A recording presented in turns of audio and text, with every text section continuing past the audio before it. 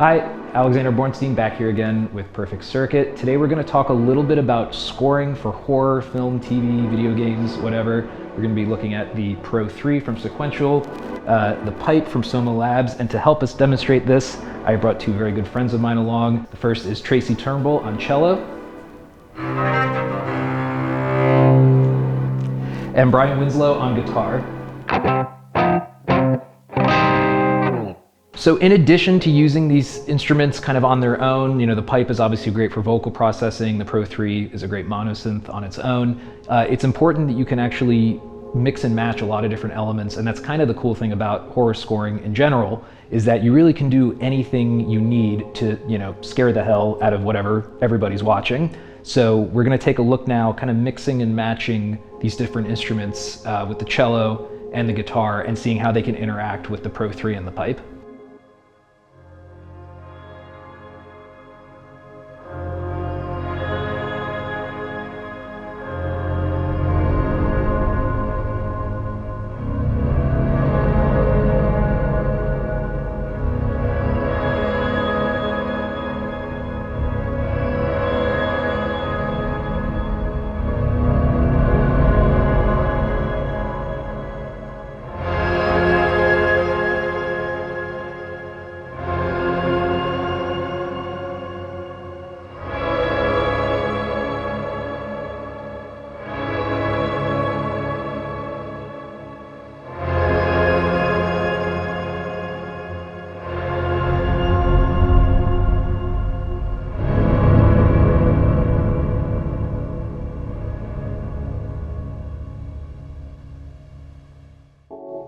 To make sure the guitar that we're using has kind of a great sound, we are relying on the Kemper profiling amp. It's kind of a one-stop shop for amp modeling and effects racks on guitars. It's a really great tool.